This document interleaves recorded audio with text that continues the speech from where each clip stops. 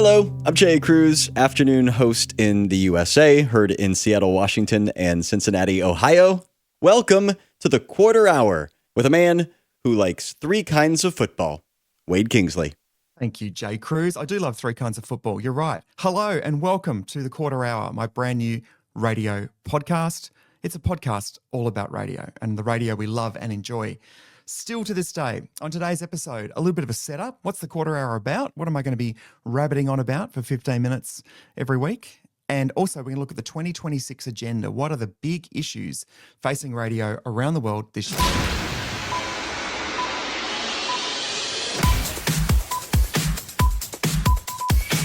All right. Well, welcome. Thanks for joining me, by the way, dear listener.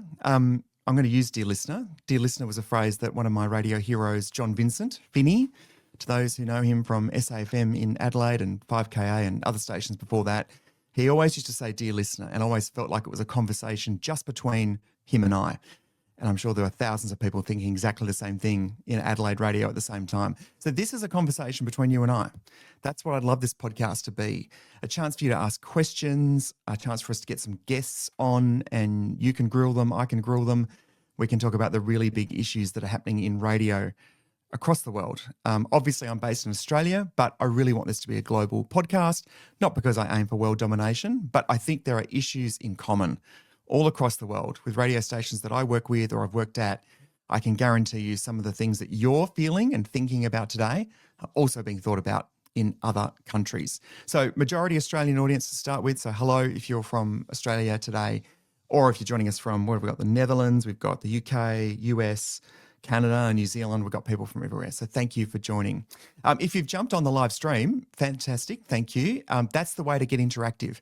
The interactive part of the program, which I don't know if I hear many podcasts doing this enough, is actually bringing in comments as we're recording, which I really like. So, for example, I can kind of bring some comments on the screen for those people watching, or I can read them out if you're listening to this. And there's going to be comments like this one from Richard. Quarter Hours Live. Congratulations, Wade. Gavin, I love this. Is this thing on? Yes, it is on. I'm hoping it's on. We've got Cam from Darwin. Good morning. Kelly from Newcastle. Good morning. All of that stuff as well. So if you're listening on the pod later than the broadcast, that's totally fine. I promise you it won't be an inferior experience. But if you do want to watch live and listen later, then I'll always advertise the times of the show that we are broadcasting. Just on that, how often am I going to be broadcasting? It's going to be once a week or twice a week, depending on the news cycle, and most likely Tuesdays and Thursdays. I won't put that in place as like a set ritual just yet. It's going to be very much fluid based on when I can get guests. I mean, if Howard Stern comes on, if he wants to be on at midnight on a Wednesday, that's when we're doing him. But when I can get guests, when I've got news issues to talk about, when there's something really significant, but I'll always make sure that you're informed when I'm broadcasting live, and you can always listen later, of course, on your favorite podcasting app. What else do I want to tell you about the pod? Really, I would love it to be interactive. If you're one of the 100 plus people who've signed up to be a P1, you in our WhatsApp group, you can chat there. You also get the link to the show to watch it live, and you can also comment, and we're going to show some P1 comments on today's episode as well. All right, well, I think that's a bit of an explain about what I'm trying to do with the Quarter Hour. Let's get into today's content because, look, do you know I've only got like 11 minutes left? That's how quick this is going to go. So between you and I, we'll get there, but let's talk about some of the big issues that are happening this year.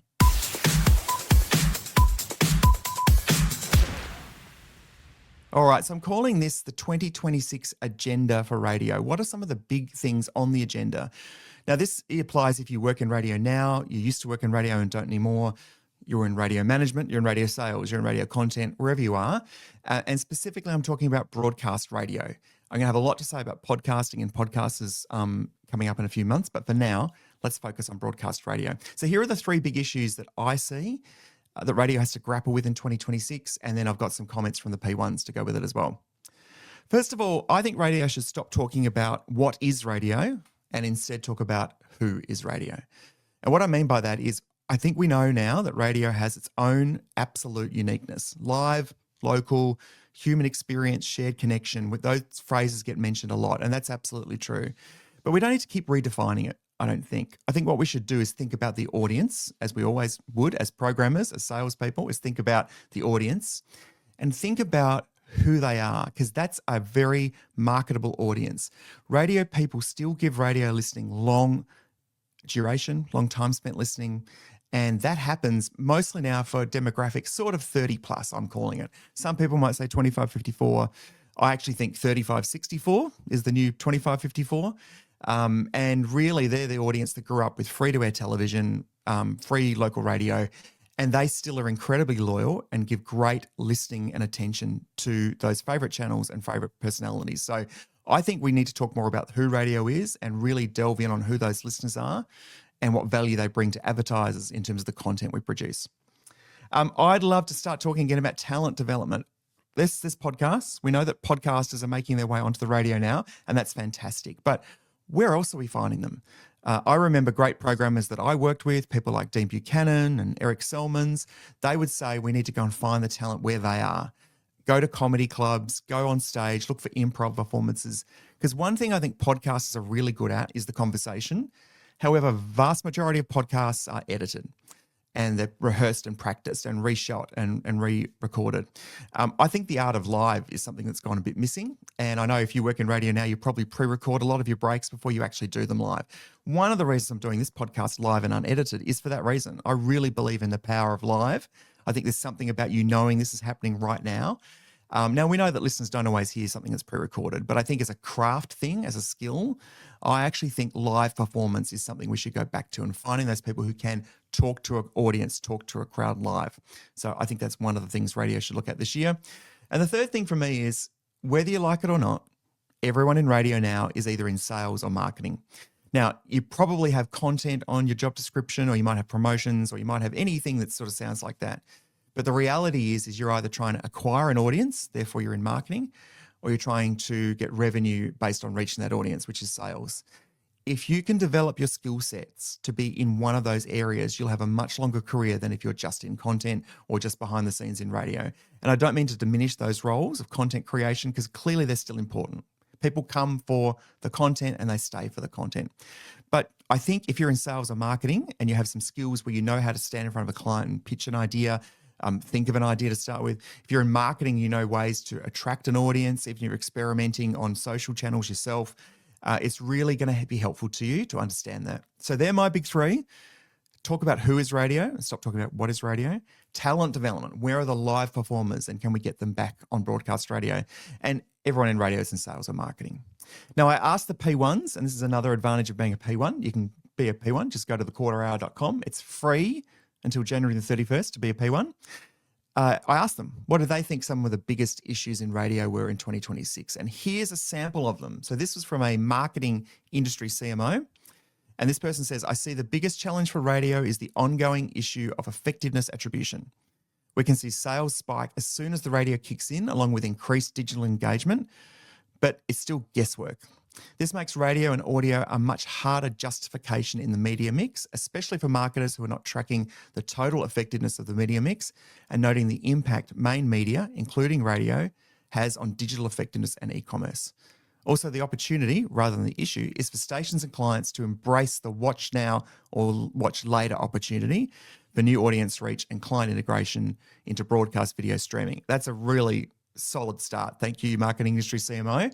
Agree with a lot of that. And I think one of the things too, talking about that media mix, is also thinking about how you can commercialize that, but also thinking about the people that buy media may not have grown up with broadcast radio. They might be younger, they might be growing up more with podcasts and social channels. So radio doesn't come as naturally to them as you'd hope and think. So I think that's an important call out as well. Scott Keenan, g'day Scott, thanks for putting this forward for us. I think advertising dollars is going to be one of the biggest issues for radio globally. Absolutely. The big platforms are hoovering up media dollars in a massive way. YouTube, Meta, Spotify, and TikTok are a massive threat because that's who radio is largely in competition with now. It's a competition for attention and also for ad dollars, which keep those audio businesses afloat.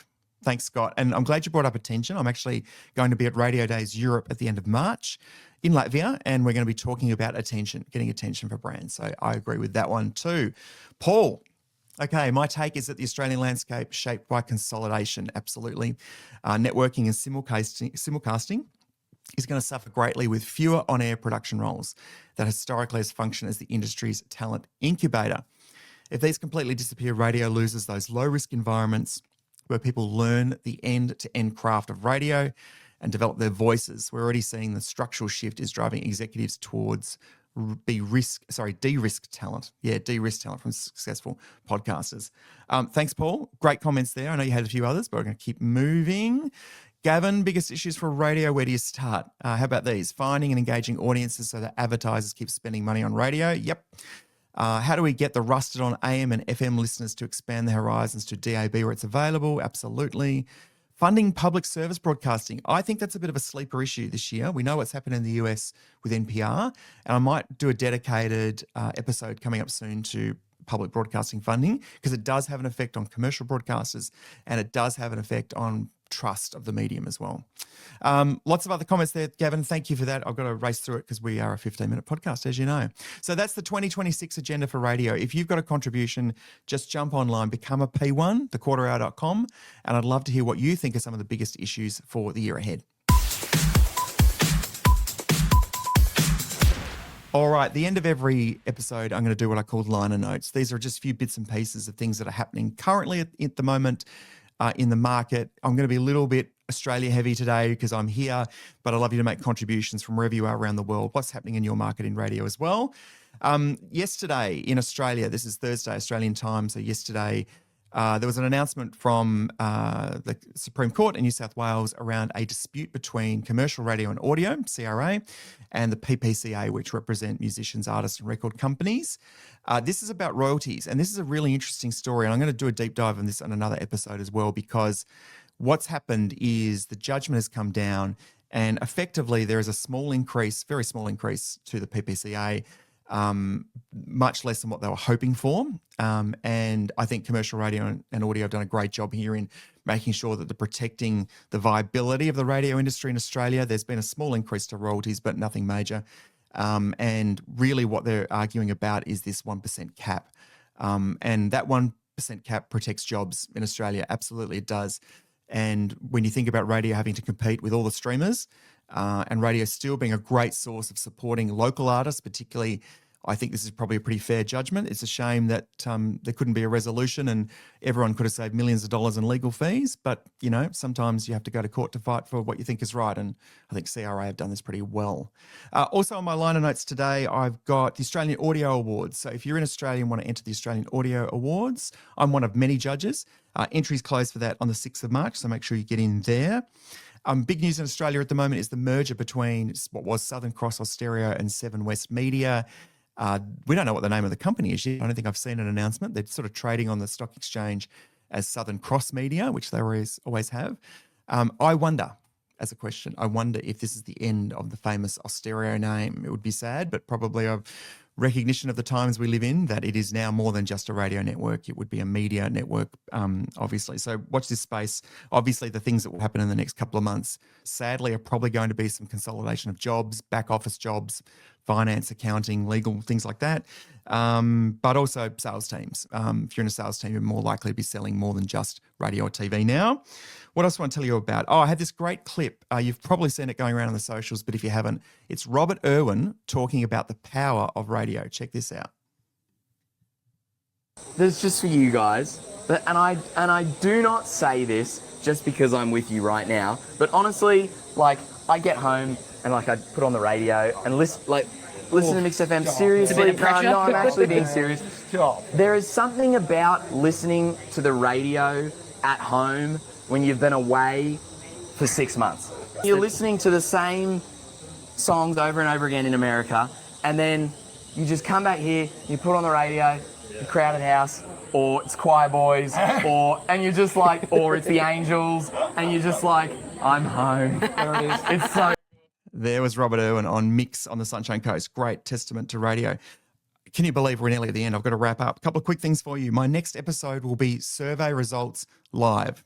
Next Tuesday, the 20th of Jan, we've got the final survey from last year.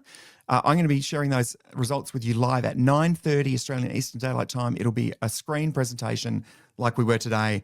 We'll have the survey results on the screen. We'll do a quick discussion around them in 15 minutes as well.